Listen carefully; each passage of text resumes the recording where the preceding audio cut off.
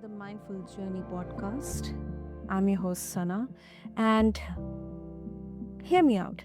Sometimes the deepest truths come to us not in the moments of peace, but in the echo of loss.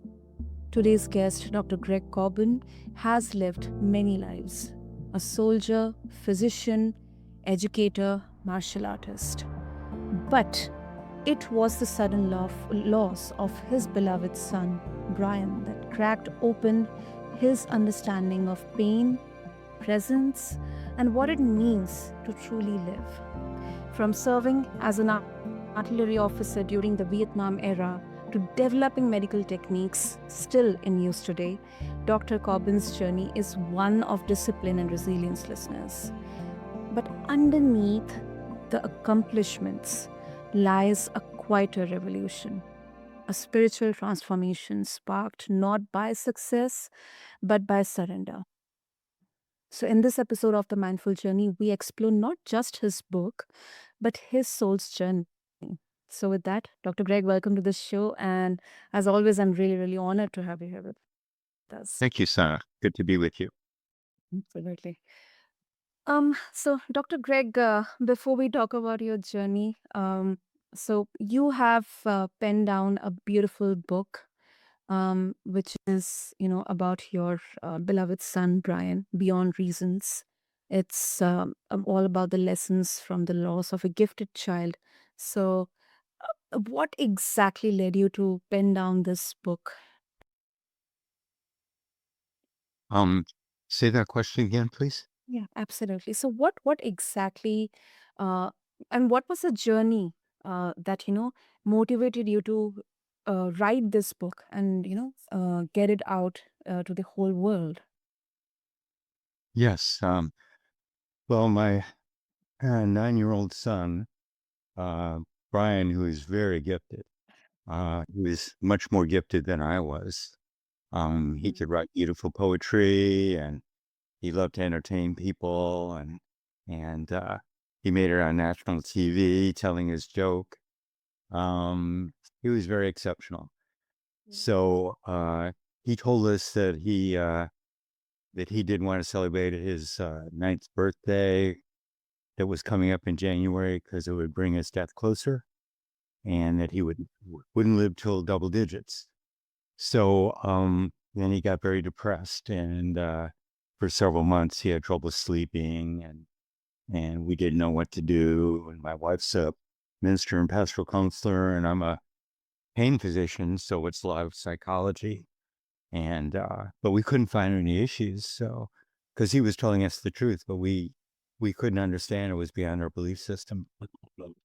And then he said it was time for his in the spring, uh the days got longer, and he came out of his depression and became his same joyful self. And he said it was time for his going away well, but he said it was time for his belated birthday party, that he didn't want it to be a birthday party. It was going to be a happy spring party, but it was actually a going away party. Yeah. So there was all of these paranormal things were happening. The universe was orchestrating this incredible event. And then he gave himself this going away party, uh, went to his little league baseball team, that he was just the littlest kid on the team. And this is only his second game. And he'd always been afraid of the ball. And he said he wanted to score a run more than anything. And so we took him, and he just was the happiest little boy, Mhm. and he lost all his fear. Said he wanted to go run more than anything. Got up to the first time up to bat, he was walked because he was so little.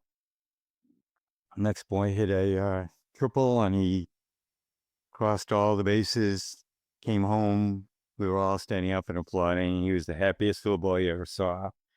And then he went to his dugout, and then he collapsed.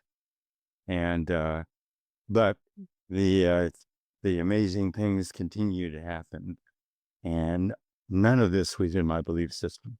So I wrote the book just so I could try and keep track. There was so many things going on, and I couldn't understand any of it. And then so I wrote uh, so to keep track of what was going on, trying to understand.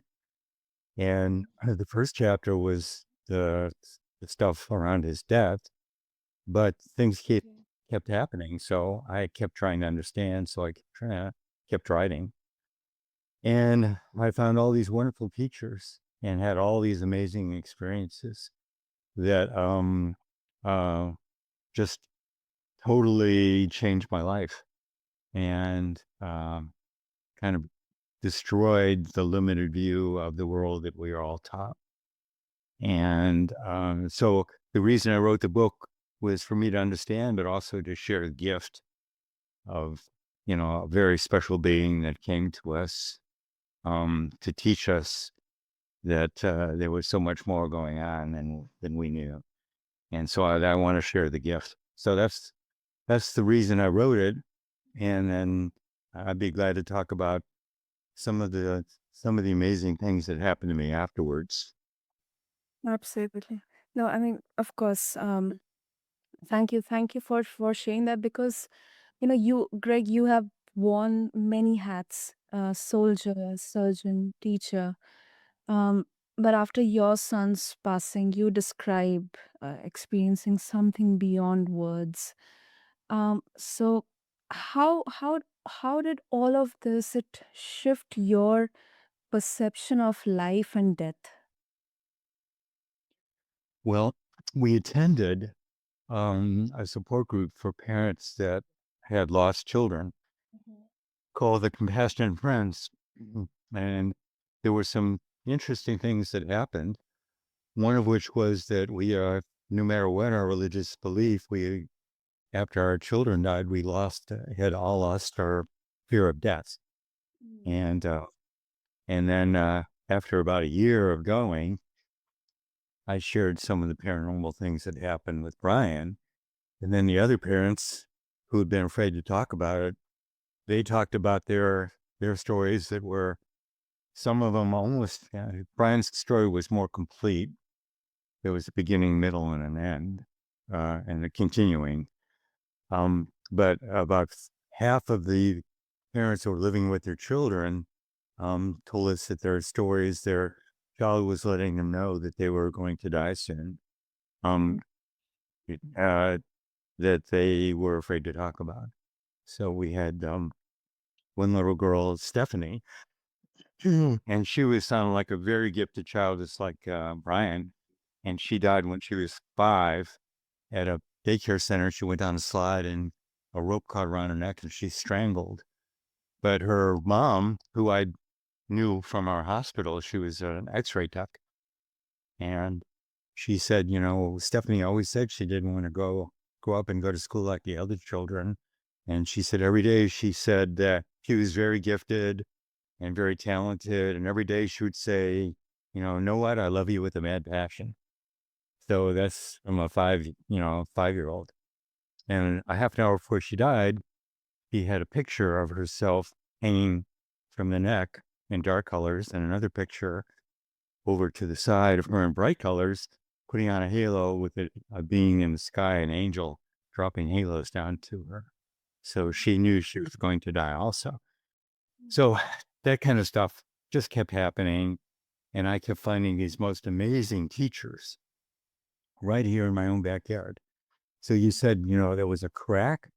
So the fellow who wrote Crack in the Cosmic Age, which was Joseph Chilton Pierce, became my teacher. And basically, one crack is when our hearts are broken.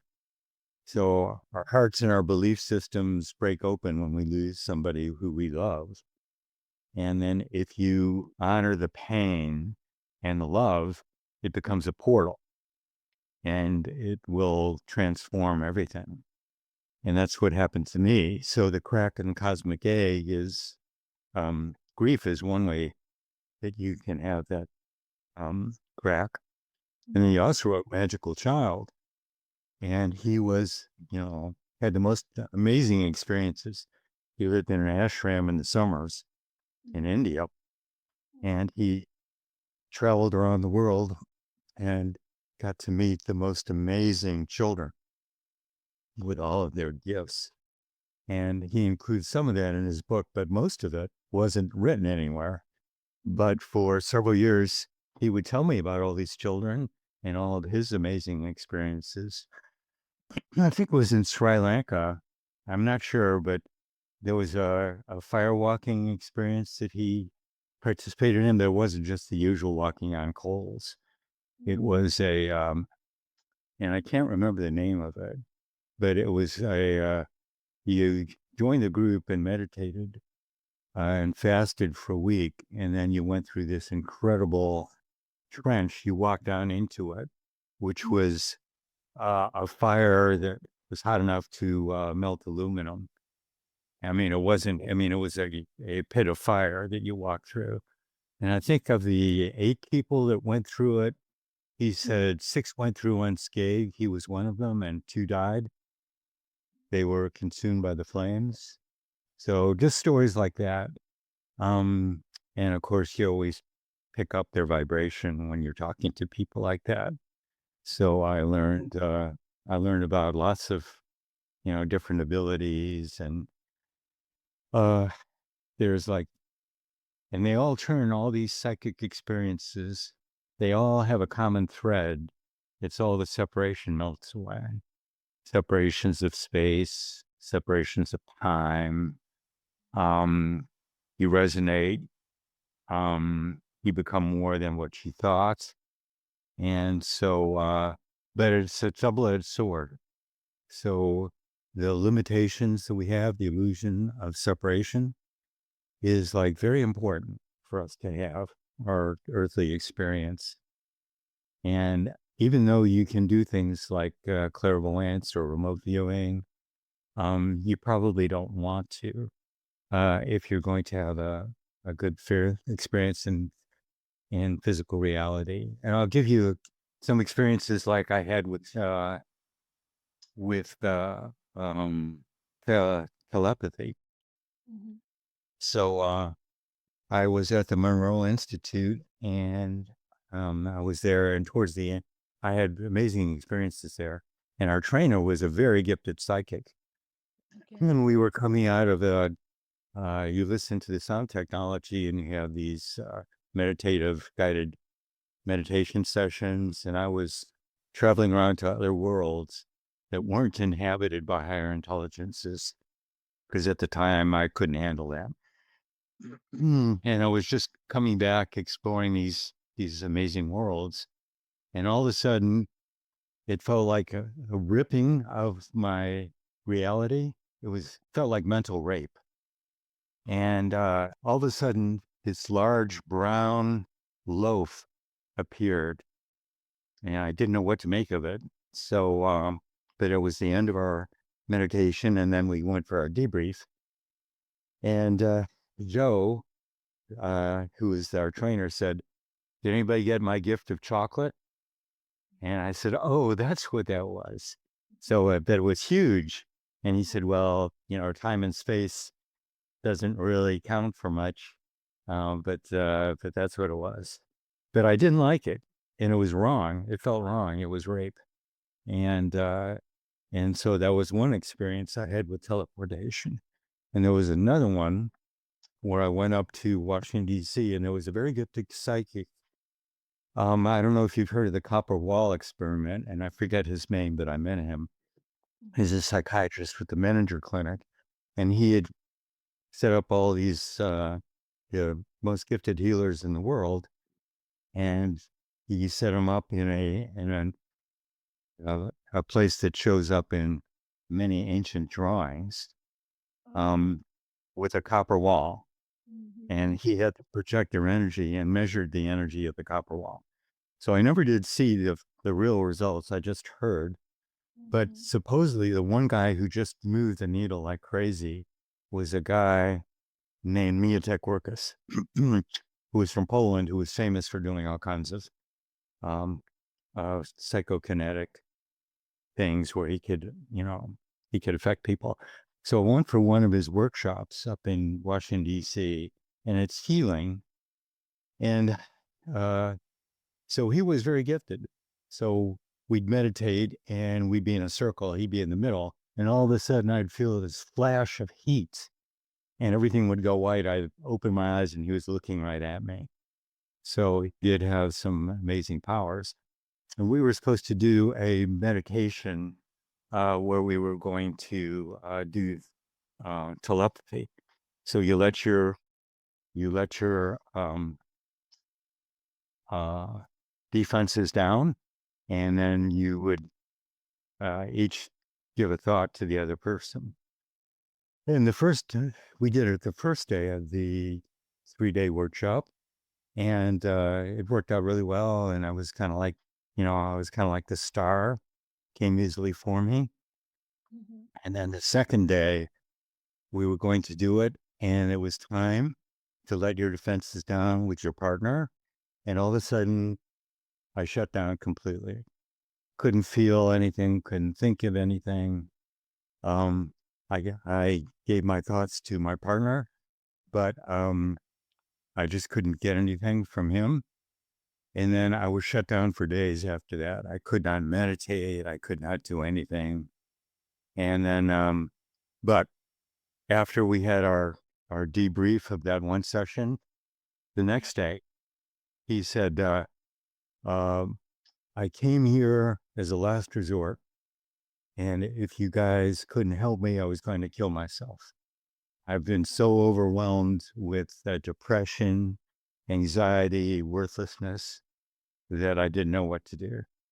And so that's where I learned how important our defenses are, and that Mhm. how I was being protected. But I shut myself off from that because some things you just don't want to share. Yeah. And so that was where I've learned many times common that a lot of these abilities are things that's good to know if you're going to heal and use them to heal. But for power, you absolutely don't want to do them. There's a reason that most people can't do that stuff. So anyhow, that's kind of what I learned about teleportation. I mean, uh, telepathy. Teleportation, that's different. Yeah, that's right. That's right.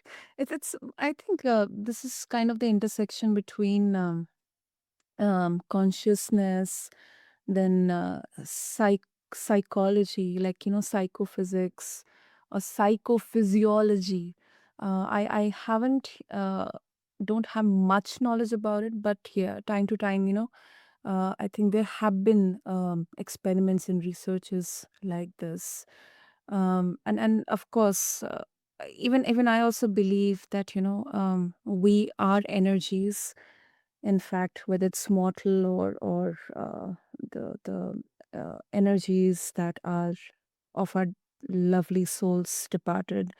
But I do believe. So thank you for sharing that. That was really really um, you know an insightful one. And also, Dr. Greg, um, you uh, have trained in martial arts. You have commuted thousands of miles by bike, and you have also led outdoor challenge courses. Do you think that these physical disciplines helped you prepare in any way for the emotional and spiritual demands of grief? Yes. Oh, definitely.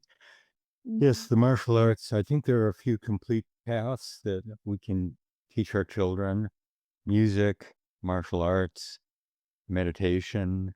Um, yeah, I'll tell you a martial art experience. And I had paranormal experiences when I was younger, but I couldn't integrate them, so I didn't know what to do with them. But when I was in Korea, and there wasn't much to do there, so I was studying Taekwondo with, for several hours a day. That's the main thing I did. And I got to know the local people. Our teacher was the 6th degree black belt in the and the head guy in the whole city, second largest city in Korea, Daegu, Seoul being the largest. And so I was getting ready to test for my black belt, and he took a bunch of us up to a monastery, just like you see in the movies. And back then, South Korea was very primitive. It was third world. The villages had no electricity, open sewers. And so we took a bus to this little village, that was at the base of this monastery, and they had a gong, and that filled the village with the sound that rang 24 hours a day, gong, gong, gong, gong, gong, and filled up everywhere you went. You could hear the gong, and it had been running. They had been ringing for like without stop. They said for over 100 years, and it was a Buddhist monastery. So we went out and we did all of these trainings.